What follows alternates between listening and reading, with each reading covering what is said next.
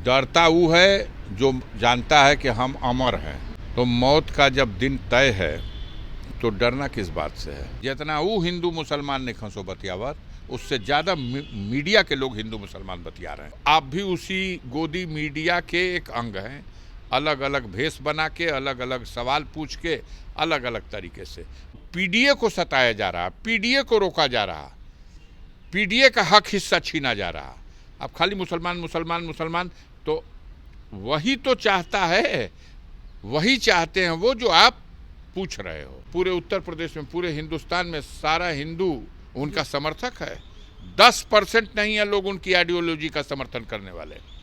90% हिंदू आज भी सेकुलर है इस देश का। ये गोदी मीडिया के पत्रकार सिर्फ मुसलमानों पे सवाल करके, मुसलमानों का ही मुद्दा अपना मुद्दा बना करके उनको ऊर्जा पहुंचाने का काम करते हैं। उनकी बैटरी जो डिस्चार्ज हो रही है उसको चार्ज करने का काम करते हैं। कि माननीय अखिलेश जी ने जो पीडीए का नारा दिया है उसको लेकर के जनता में बेचैनी है। अपने हक हिस्से के लिए सोए हुए समाज के लोग भी जग रहे हैं। बैकफुट पर आ गई है भाजपा उत्तर प्रदेश में। आ जाएगी। अपनी सारी बेईमानी और सारे तंत्र का दुरुपयोग के बावजूद भी 27 में बुरी तरह चुनाव हारेगी। 100 सीट एमएलए की जीतना मुश्किल हो जाएगी। पूरी ताकत लगा दिया है इस भारतीय जनता पार्टी की सरकार में बैठे लोगों ने। किसी तरह से न्यायपालिका को भी अपनी मुट्ठी में कर ले। ये चालाक लोग, मक्कार लोग, धोखेबाज लोग, जनता का भरोसा जिस पर हो, विश्वास उठ गया है ईवीएम मशीन से, लेकिन जबरदस्ती आप उसको थोपेंगे कि देखा जा यही से तोहन का दवाई हुई। संविधान की सौगंध लेकर के सत्ता में बैठे, जहां सर्वोच्च आसन है लोकसभा स्पीकर का, उसके बगल में 1 मीटर की दूरी पर दाहिने हाथ पर राजतंत्र का जो प्रतीक है वो राजदंड वहां खड़ा कर दिया गया। प्रियंका गांधी जी ने बेहतरीन स्पीच दिया है। ऐसा भिंगा भिंगा करके धोया है इनको। लेकिन हम समझते हैं वही जो हमने कहा कि बेहया लोग हैं, कोई असर पड़ने वाला नहीं। प्रोटोकॉल का पालन न किया जाए, शायद इस तरह का कुछ ट्रेनिंग दिया गया है बड़े बड़े अधिकारियों की तरफ से छोटे अधिकारियों को। जो तस्वीरें गरीबों आपके यहाँ जनाजा होता है फिर भी रोका जाता है। आपने आरोप लगाया कि रोका नहीं जाता। हाँ। प्रयास किया जाता है, रोक नहीं पाता है। विधायक उनको भी जेल में डाल दिया गया। डाल तो रमाकांत यादव विधायक आजमगढ़ जेल में नहीं है। घरों को गिराने वाली प्रक्रिया पर सुप्रीम कोर्ट ने रोक लगाई। कहा कि पूरी प्रक्रिया पूरी की जानी चाहिए। ये सरकार पूरी तरह से जनता के हितों के सवाल पर सभी पहलुओं से विफल है। अब इसी को ये अमृतकाल कहते हैं, इसी को रामराज कहते हैं, इसी को ये स्वर्णिम अवसर कहते हैं। इनके अस्पतालों में डॉक्टर ही नहीं है। पूरे देश में हाय हाय मची हुई है। तमाम देश की संपदा को धीरे धीरे धीरे धीरे हस्तांतरित करते जा रहे हैं। इस देश में एक चैनल था एनडीटीवी, जिसमें रवीश कुमार जी, उस चैनल का नाम जितना मशहूर था उससे ज़्यादा रवीश कुमार का नाम मशहूर था। भारत विश्व गुरु बनेगा, और हमारे पास एयरलाइन से नहीं है। भारत के पास अपनी एयरलाइंस नहीं है। एक तो एयरलाइंस थी एयर इंडिया, वो भी बेच दी गई। परीक्षा से पहले बेरोजगारों का ये पर्चा लीक कर देते हैं। जनता धीरे धीरे जग रही है, बहुत हद तक जग चुकी है। किसान खड़ा है दिल्ली के गेट पर। देश में आज़ादी का अमृत महोत्सव बीजेपी मना रही थी, लेकिन विपक्ष ने कहा कि इससे जरूरी चीज़ ये है कि पहले चर्चा कर लिया जाए कि संविधान क्या सही तरीके से लागू कराया जा रहा है। संविधान पर विपक्ष लगातार आरोप लगा रहा है कि संविधान को बीजेपी ख़त्म करना चाहती है। लोकसभा चुनाव के दरमियान भी कई जगहों से ऐसे बयान आए। बीजेपी के सीनियर नेताओं तक ने कह दिया कि अगर हम सत्ता में आते हैं, मजबूत हमको सीटें मिलती हैं, तो संविधान को बदल दिया जाएगा। लेकिन आज का दिन है जब लोकसभा में संविधान पर चर्चा हो रही है, और इस पर हम बात करेंगे। हमारे साथ गाजीपुर से सांसद और उत्तर प्रदेश में जिस तरीके से इन उन लोग अंसारी परिवार ने अपना काम किया, लोगों के बीच में जिस तरह से उभर कर के ये परिवार हमेशा से आए और इनको मसीहा के तौर पर इनके पूरे परिवार को लोग जानते हैं। यहाँ तक कि आज़ादी की लड़ाई में भी बहुत बड़ा योगदान अंसारी परिवार का उत्तर प्रदेश में रहा। सर, आज 75 साल हो गए, अमृत महोत्सव मन रहा है, लेकिन आप लोग बता रहे हैं कि संविधान पर खतरा है। क्यों आप लोग को लग रहा है कि संविधान खतरे में है? नहीं, ये देश की जनता को महसूस हो रहा है और जो जनता के बीच में काम करने वाले लोग हैं उस जनता की इस पीड़ा को वो महसूस कर रहे हैं। स्वयं को तो उन्हें जो महसूस हो रहा है वो अलग बात है, आम जनता को संविधान को दरकिनार करके और मनमानी पर आमादा है ये व्यवस्था चलाने वाले लोग, चाहे केंद्र की सरकार में जो बैठे हैं वो या ये भारतीय जनता पार्टी के माध्यम से जहाँ कहीं प्रदेश में भी सरकार है इनकी, कमोबेश इसी तरह की परिदृश्य वहाँ भी उभर के आ रही है। अब सर्वोच्च न्यायालय ने भी आए दिन की इसकी मनमानी पर रोक लगाने की दिशा में कुछ फैसले लिए हैं, कुछ कदम उठाए हैं, कुछ डायरेक्शन जारी किए हैं। लेकिन अब हम जहाँ तक समझ पाते हैं इन लोगों को या अब तक इनके जो कार्य प्रणाली को हमने देखा और समझा है, अभी ये गंभीर नहीं है कि सर्वोच्च न्यायालय ने क्या कहा है और उसका हमें किस तरह से अनुपालन करना है, अभी बिल्कुल गंभीर नहीं है।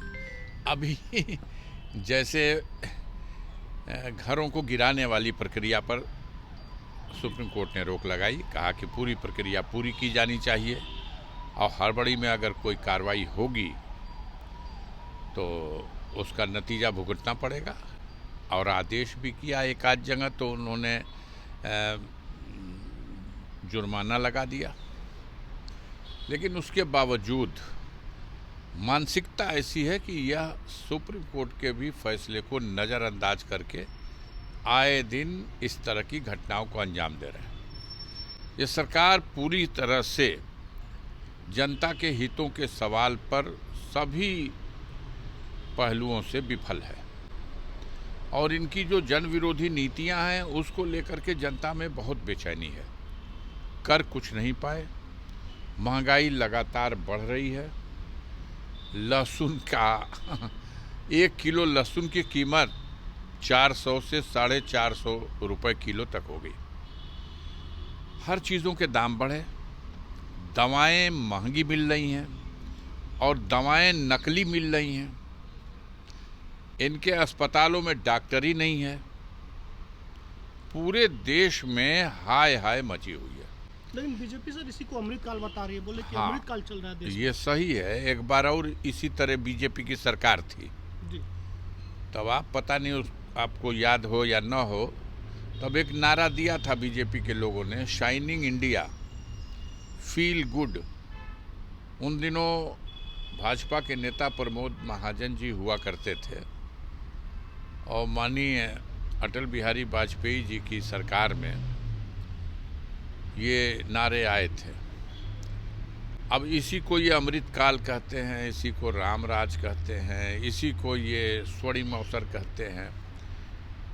किस सीमा तक भ्रष्टाचार, मतलब नाक से पानी ऊपर हो चुका है। आम जनता ये मान के चल रही है कि इतनी लूट और बेईमानी कभी नहीं हुई थी और बेलगाम होकर के अधिकारी देश की जनता को लूटने में पूरी तरह से कोई कोर कसर बाकी नहीं रखा है इन्होंने। जनप्रतिनिधियों के साथ भी अब जो व्यवहार, जब सरकार का ये रवैया है तो प्रोटोकॉल तो कुछ है ही नहीं। प्रोटोकॉल का पालन न किया जाए, शायद इस तरह का कुछ ट्रेनिंग दिया गया है बड़े बड़े अधिकारियों की तरफ से छोटे अधिकारियों को।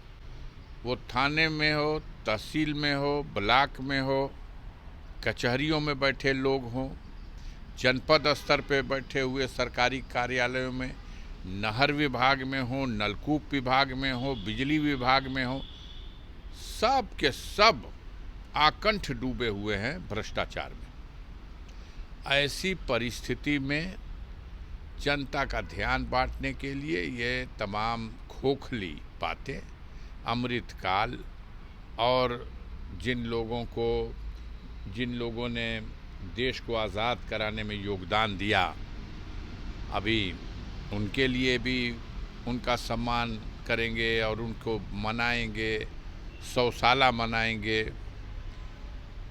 लेकिन हुआ क्या? कुछ तो नहीं है, धरातल पर कुछ नहीं है। विज्ञापन इस बहाने से उनके जो पालतू हैं लोग, उनको विज्ञापन मिल जा रहा। देश की जनता के हितों का कवच था संविधान, उनके हितों की रक्षा का भरोसा था संविधान। भारत का संविधान भारत के हर नागरिक के लिए उसका सबसे पवित्र ग्रंथ था संविधान। लेकिन उस संविधान को कहां खड़ा कर दिया इन्होंने? बेशर्म लोग हैं, इसलिए बेहयाई ऐसा बतियाएंगे कि आप सुन के दंग रह जाएंगे। अब आज पार्लियामेंट में कांग्रेस पार्टी की श्रीमती प्रियंका गांधी जी ने बेहतरीन स्पीच दिया है।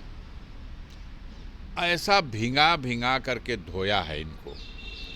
लेकिन हम समझते हैं वही जो हमने कहा कि बेहया लोग हैं, कोई असर पड़ने वाला नहीं पड़ने वाला इन्होंने। धज्जी उड़ा दिया उन्होंने सारे जनता से जुड़े हुए सवाल, और जो हकीकत थी इस सरकार को आईना दिखाने का काम किया। हमारे राष्ट्रीय अध्यक्ष अखिलेश यादव ने सरकार की कथनी और करनी की पोल खोल के रख दी। उनकी जातियों के, उनके अत्याचारों के, किस तरह से किसानों के साथ और समाज के हर वर्ग के साथ ये सरकार मनमाना रवैया अपना करके और देश में बड़े बड़े पूंजीपतियों को, अडानी और अंबानी को, तमाम देश की संपदा को धीरे धीरे हस्तांतरित करते जा रहे हैं। अब बिजली बेची जा रही है। पावर कारपोरेशन अगर प्राइवेट हाथों को बेचा जा रहा है तो जनता तो परेशान होगी ही, क्योंकि बिजली का मूल्य बढ़ेगा। साथ ही लाखों जो इसमें कर्मचारी सेवारत हैं उनकी भी मिट्टी पलीद हो जाएगी। रेलवे के साथ यही किया इन्होंने। हवाई अड्डे इन्होंने बंधक रख दिए। बड़े बड़े पूंजीपतियों को, अब लखनऊ जाइए ना, चौधरी चरण सिंह के नाम का जो एयरपोर्ट है वहां आपको 100 बोर्ड मिलेगा, Adani airport, Adani airport, Adani airport. क्या मतलब है? इस सरकार ने संविधान के विरुद्ध काम करने का एक रिकॉर्ड बना दिया, कीर्तिमान बना दिया। संविधान की सौगंध लेकर के सत्ता में बैठे और लोकतंत्र के सबसे बड़े मंदिर में, जहां सर्वोच्च आसन है लोकसभा स्पीकर का, उसके बगल में 1 मीटर की दूरी पर दाहिने हाथ पर राजतंत्र का जो प्रतीक है वो राजदंड वहां खड़ा कर दिया गया। सिंगोल की बात कर रहे हैं? हाँ, वो राजतंत्र का प्रतीक था। वो अपनी प्रजा को, राजा वो राजदंड वहां अपने पास रखता था इसलिए कि देखा जा यही से तोहन लोगों का दवाई हुई। लेकिन आज देश में भारत आजाद हो चुका है, राजशाही खत्म हो चुकी है, लेकिन अपने पुरखों की उस निशानी को, उसी मानसिकता के लोग आज कितना घुमा फिरा के ले जा करके नया संसद भवन बना है, उसमें आसन के बगल में जो सर्वोच्च आसन है, अध्यक्ष के आसन से भी ऊपर उसको स्थापित किया गया। मेरा कहना है कि वहाँ संविधान स्थापित होना चाहिए था। संविधान की पुस्तक वहाँ होनी चाहिए जहाँ पे सिंबल है। बिल्कुल, वहाँ संविधान रखना चाहिए था। जो लोकतंत्र के उस सबसे बड़े मंदिर में, लोकसभा में, एक जो तस्वीर निकल के बाहर जाती है, लोगों को उससे प्रेरणा मिलती कि हमारा संविधान किस मुकाम पे रखा है। सड़क पे पदयात्रा करने से और उसी बहाने संविधान दिवस मनाने के बहाने टेलीविज़न वालों को, गोदी मीडिया वालों को विज्ञापन देने के लिए, सरकारी खजाना लुटाने के लिए ये क्या हो रहा है? यही तो इसी के लिए। आप भी सब टेलीविजन को गोदी मीडिया मानते हैं? हैं? टेलीविजन जो चल रही है, टीवी चैनल, उसको अच्छा, आप ये गोदी मीडिया बताइए मानते हैं? कि आपको पता हो या न हो, 60-65 चैनलों के बारे में ये जग जाहिर है, सभी कहते हैं, सभी बताते हैं कि ये अंबानी जी ने खरीद रखे हैं। अब इसमें पिछड़ गए हैं अडानी जी। लगभग 18-20 चैनल उन्होंने भी खरीदे हैं। लेकिन सबसे बड़ी चुनौती थी कि इस देश में एक चैनल था एनडीटीवी, जिसमें रवीश कुमार जी, उस चैनल का नाम जितना मशहूर था उससे ज़्यादा रवीश कुमार का नाम मशहूर था। उस चैनल की वजह से रवीश कुमार नहीं, रवीश कुमार की वजह से वो चैनल था। करोड़ों देशवासी ये गोदी मीडिया की भ्रामक खबरों से जब परेशान होते थे तो वो एनडीटीवी खोल लेते थे। सच्चाई दिखता था वो। और उसको भी अडानी ने खरीद लिया कि जब इसको खरीद लेंगे तो हम रवीश कुमार की आवाज़ खरीद लेंगे। लेकिन हम कहेंगे उस व्यक्तित्व को, धन्य है वो व्यक्तित्व जिसने अपनी नौकरी को ठोकर मार दी और अपने उसूलों से समझौता नहीं किया, त्याग पत्र दे दिया पद से, कहा कि तुम एनडीटीवी ले जाओ लेकिन रवीश कुमार और उसकी आवाज़ को नहीं ले सकते। तो इस देश में तो विडंबना ये है कि नाटक करने वालों को, जो अनपढ़ गंवार लोग हैं, सीधे सपाट गांव में रहने वाले बिल्कुल सज्जन लोग, उनको ठगने में ये ठग सफल हो जाते हैं। ये चालाक लोग, मक्कार लोग, धोखेबाज लोग उन सीधे साधे लोगों को ठग करके और उन्हीं के लिए ये सारा माया जाल फैलाया जाता है। कभी विश्व गुरु बनाने के लिए, कभी योगा कराने के लिए। अब आज के दौर में योगासन की चर्चा कम हो गई। इस चर्चा को कम कैसे हुआ? एक नया आसन आ गया। अब योगासन पीछे छूट गया, अब चमचासन आगे आ गया।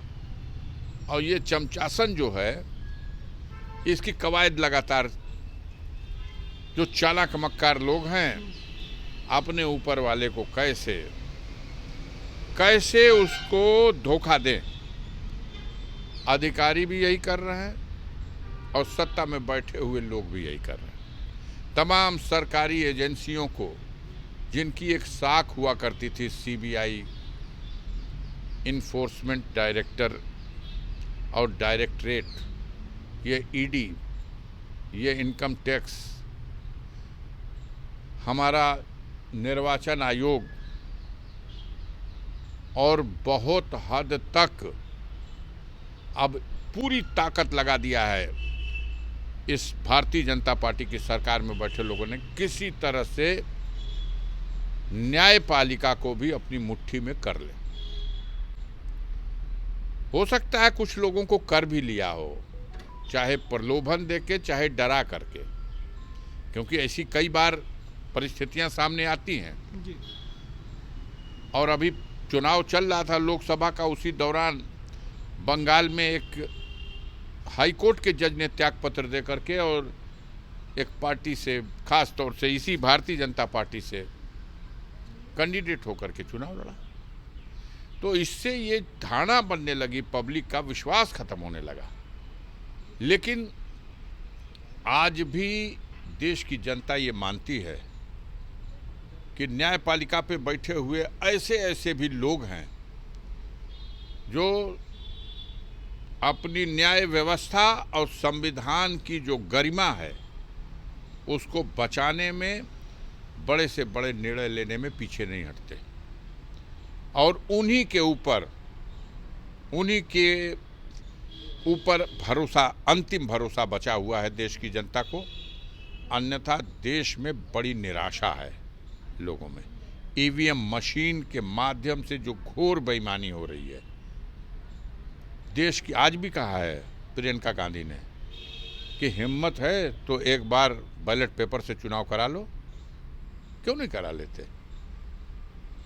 लेकिन चुनाव आयोग कहाँ तैयार है सर ये मानने के लिए नहीं कि कर में रहे। कोई गड़बड़ी अच्छा, इसलिए नहीं मानने को तैयार है कि सुप्रीम कोर्ट ने एक फैसला दिया था। सुप्रीम कोर्ट ने फैसला दिया कि लोकतंत्र की व्यवस्था में जन का तंत्र पर विश्वास बना रहे, इसलिए आवश्यक है कि निर्वाचन आयुक्तों की जो नियुक्ति हो वो निष्पक्ष हो। और एक निर्णय आया कि निष्पक्ष नियुक्ति के लिए एक देश का प्रधानमंत्री, एक प्रतिपक्ष का नेता और तीसरा सुप्रीम कोर्ट का चीफ जस्टिस, यह तीनों बैठ करके देश में एक से एक हैं जो सबसे उपयोगी लगे, जिसके ऊपर सबसे ज़्यादा भरोसा किया जा सके कि इसे अगर जिम्मेदारी सौंपी गई लोकतंत्र बचेगा, तो यह निष्पक्ष व्यवस्था कर देगा। आज भी लोग टीएन शेषन का नाम लेते हैं, आज भी लोग लेते हैं। क्यों लेते हैं? इसलिए कि उसने अपने कार्यकाल में निष्पक्ष चुनाव करा करके एक कीर्तिमान बना दिया था देश में। आज जरूरत थी कि जो सुप्रीम कोर्ट का फैसला आ गया उसी के अनुसार निर्वाचन आयुक्तों के पदों पर लोग बैठे। लेकिन इस सरकार ने जल्दबाजी में सदन बुलाया और उस फैसले को दरकिनार किया, नया कानून बना दिया कि निर्वाचन आयुक्तों की नियुक्ति में सुप्रीम कोर्ट के किसी जज के हस्तक्षेप की आने की रहने की जरूरत नहीं है। एक प्रधानमंत्री जी खुद रहेंगे और एक प्रधानमंत्री अपने मंत्रिपरिषद में जिसको उन्होंने बना रखा है मंत्री, उनमें से किसी को मनोनीत कर देंगे और एक विपक्ष का नेता बैठ जाएगा और हो जाएगा। जब दो लोग पहले से डिक्लेयर एक मानसिकता के हैं तो ये साबित होता है कि वहाँ निष्पक्ष तो अब नहीं होगा। एक निर्वाचन आयुक्त ने त्यागपत्र दिया, एक का कार्यकाल पूरा हुआ, दो नियुक्तियां हुई और दोनों प्रधानमंत्री के दो लोग थे और एक विपक्ष का नेता। एक जो पहले से हैं बैठे हुए इनके बारे में आप देश में पता कर लीजिए। आम आदमी कहता है कि मोदी जी के भक्त हैं, उनके साथ काम किए हैं, उनके विश्वास पात्र लोगों में से हैं। देश के जनता का भरोसा जिस पर हो, विश्वास उठ गया है ईवीएम मशीन से, लेकिन जबरदस्ती आप उसको थोपेंगे। अब आप मानो या मत मानो, ये ईवीएम मशीन को लेकर जनता इतनी व्याकुल है कि अब जन आंदोलन हो जाने की स्थिति बनती जा रही है और शायद बहुत जल्द एक बड़ा जन आंदोलन इस देश में ईवीएम मशीन को हटा करके फिर से बैलेट पेपर के माध्यम से, जिस माध्यम से प्रधान का चुनाव होता है, जिस माध्यम से और तमाम चुनाव होते हैं, उसी बैलेट पेपर के माध्यम से चुनाव कराने के लिए। सर, उत्तर प्रदेश में अभी उपचुनाव हो रहे थे, वहाँ से जो तस्वीरें आई कि मुस्लिम बस्ती में पुलिस को लगा दिया गया वोट डालने से रोकने के लिए, और तस्वीरें निकली कि बंदूकें तान करके रोका गया वोट डालने से। जो प्रयोगशाला बीजेपी के लिए उत्तर प्रदेश बना हुआ है, जिस तरह से मुसलमानों के घरों को टारगेट किया जाता है, वोट डालने से रोका जाता है, आप लोग कैसे उस उत्तर प्रदेश को उस नफरत से बाहर निकालेंगे? बात सुनिए, ये सब कुछ सीमित क्षेत्र में वो कर सकते हैं, सत्ता है और सत्ता का दुरुपयोग करके ऐसा कर सकते हैं, किया है, अभी किया है जी। लेकिन उत्तर प्रदेश बहुत बड़ा है। जब व्यवस्था चलाने वाले लोग इस तरह से पाप करने पर आमादा होंगे तो जनता और विपक्ष की राजनीति में भूमिका निभाने वाले लोग इनका मुकाबला करने के लिए भी रास्ता निकालेंगे। लोकसभा में काहे न कर लिए थे, ये तो थे, दोनों जने थे, डबल इंजन की सरकार थी। क्या किया था इन्होंने? ये सिमट गए थे 33 सीट पे। एक तो वो दिखाई दिया आपको जो आप बता रहे हैं, उपचुनाव में बंदूक। हाँ, बंदूक चाल लिया और महिलाओं को और पुरुषों को वोट डालने से वंचित किया। कुछ जगह किया है और कुछ जगह असली जो 7 सीटें जीती हैं उसका मंत्र ये नहीं है, आप प्रचार इसी को करिए। हम एक वजह ये मानते हैं लेकिन यही मुख्य वजह नहीं है, बिल्कुल नहीं है। मुख्य वजह ये है कि भारतीय जनता पार्टी और आरएसएस के जो लोग हैं उन लोगों ने महसूस कर लिया है कि माननीय अखिलेश जी ने जो पीडीए का नारा दिया है जी। उसको लेकर के जनता में बेचैनी है। अपने हक हिस्से के लिए सोए हुए समाज के लोग भी जग रहे हैं। आनन फानन में ये निर्णय लिया गया कि बाई इलेक्शन में सीटों के ऊपर ऐसे कैंडिडेटों को चेहरा बनाया जाए जिसमें उन कमजोर तबके के लोगों में मतों का विभाजन हो। जो लोग जीत के चुनाव आए हैं उन लोगों की, गाजियाबाद वाली सीट को और पश्चिमी उत्तर प्रदेश की दोनों सीटों की बात हम नहीं कर रहे हैं। शेष जो 5 सीट है आप जाके देख लीजिए। घबराहट में भारतीय जनता पार्टी कहां अपने लोगों को टिकट दे पाई, कहां चुना पाई? पीडीए के रास्ते पर बस क्यों? सिलेंडर है ये घबराहट है और सिलेंडर है। हम भी कहते हैं कि दे दो, सौंप दो इन लोगों को, अपनी औकात में हो जाओ जितनी औकात है तुम्हारी। इन गरीबों के वोट से सत्ता में आते हो और इन गरीबों का घर उजाड़ते हो। आज इस स्थिति में तो हो गए कि हम लड़ा देंगे, अपना कैंडिडेट तो नहीं जीत पाएंगे, तो रुको अब पीडीए में से ही कैंडिडेट दिया जाए। दें, बैकफुट पर आ गई है भाजपा उत्तर प्रदेश में। आ जाएगी। अपनी सारी बेईमानी और सारे तंत्र का दुरुपयोग के बावजूद भी 27 में बुरी तरह चुनाव हारेगी। 100 सीट एमएलए की जीतना मुश्किल हो जाएगा। लेकिन अभी सर हाल के दिनों में जिस तरीके से मुसलमानों को टारगेट किया जाता है, मस्जिदों को, हम बता दे, दो बात बता दे तू हैं, आपके जैसे लोगों को जी। यह टॉपिक इसीलिए दिया जाता है, आप भी उसी चेन की एक कड़ी हैं, 100% उस चेन की एक कड़ी हैं कि मुसलमानों के मुद्दों को गर्म करते रहो ताकि भाजपा जो है कटो बटो के नारे में जो मिसफायर हो रहा है उसको धार मिल जाए। खाली मुसलमान से उत्तर प्रदेश का चुनाव होना है, मुसलमान वोट दे के हरा देता है, जीता देता है। क्यों मुसलमान की बात होती है? हिमाचल प्रदेश में कई % मुसलमान है? भारतीय जनता पार्टी की जमी जमाई सरकार जी। चुनाव हारी है, बताइए ना कई % है? मालूम है आपको? वहां 85% अपर क्लास हिंदू है। कौन हरा दिया वहां? तो खाली मुसलमानों पर ला करके उनके द्वारा जो मसाला बनाया जा रहा है उसको आप भी गाढ़ा कर रहे हैं। तो आप भी उसी गोदी मीडिया के एक अंग हैं। अलग अलग भेष बना के, अलग अलग सवाल पूछ के, अलग अलग तरीके से। मुसलमान अलग कोई जीव जंतु थोड़ी है। मुसलमान के साथ हक तलफी हो रही है और उस समाज के अन्य तमाम पिछड़े वर्ग, दलित वर्ग और कमजोर वर्ग के साथ बेईमानी और हक तलफी हो रही है। ये सब एकजुट इकट्ठा हो रहे हैं, ये सब मिलकर के पीडीए बन रहा और पीडीए को सताया जा रहा, पीडीए को रोका जा रहा, पीडीए का हक हिस्सा छीना जा रहा। अब खाली मुसलमान मुसलमान मुसलमान, तो वही तो चाहता है, वही चाहते हैं वो जो आप पूछ रहे हो। मेरे ख्याल से अगर अपने वोट के प्रति आदमी जागरूक होगा और ये वोट रोकने का प्रयास करेंगे तो 1 वोट भले रोक लें, 50 वोट उनको मिलने वाला भी उनसे बदल करके उनके विरोध खड़ा हो जाएगा। आपका समझते हैं पूरे उत्तर प्रदेश में, पूरे हिंदुस्तान में सारा हिंदू उनका समर्थक है। 10% नहीं है लोग उनकी आइडियोलॉजी का समर्थन करने वाले। 90% हिंदू आज भी सेकुलर है इस देश का, मैं दावे के साथ कहता हूं।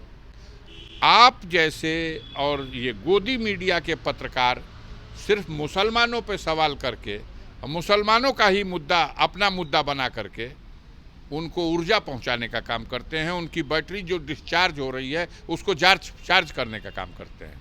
मैं भी तो मुसलमान हूँ जी।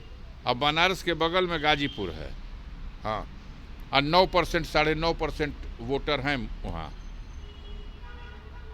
गाजीपुर में, और 50 साल से राजनीति करता हूँ। 5 बार विधानसभा का चुनाव जीता हूँ, इन्हीं को हराया हूँ। जब तक लड़ाई मूल मुद्दों पर नहीं होगी, एक तरफ कमेरे हैं और दूसरी तरफ लुटेरे हैं। जो कमा कर खाने वाले हैं वो कमेरे हैं, और जो कमाने वालों का लूट के खाने वाले हैं वो लुटेरे हैं। तो कमेरा बनाम लुटेरों की लड़ाई का जब बिगुल बजेगा, इनका अंत निश्चित है। और पीडीए के लोग उत्तर प्रदेश में गरीब, कमजोर, असहाय, समाज के पिछड़े वर्ग, उसमें अल्पसंख्यक भी है, सबके लिए न्याय का रास्ता खोलेंगे। लेकिन सर, अन्य लोग तो लड़ रहे हैं, लेकिन आपका परिवार जिस तरीके से इस वक्त देश में मजबूती से लड़ रहा है, और जिस तरीके से पूर्व एमएलए मुख्तार साहब के साथ जो कुछ हुआ, तो आप लोग को ये हिम्मत कहाँ से आती है? डर नहीं लगता है? कितना नहीं, डर तो तू डरा देब, वो डरते बना। हम लोग नहीं डर। हाँ, पूछ रहे सर जी। डरता वो है जो जानता है कि हम अमर हैं जी, और जो ये जानता है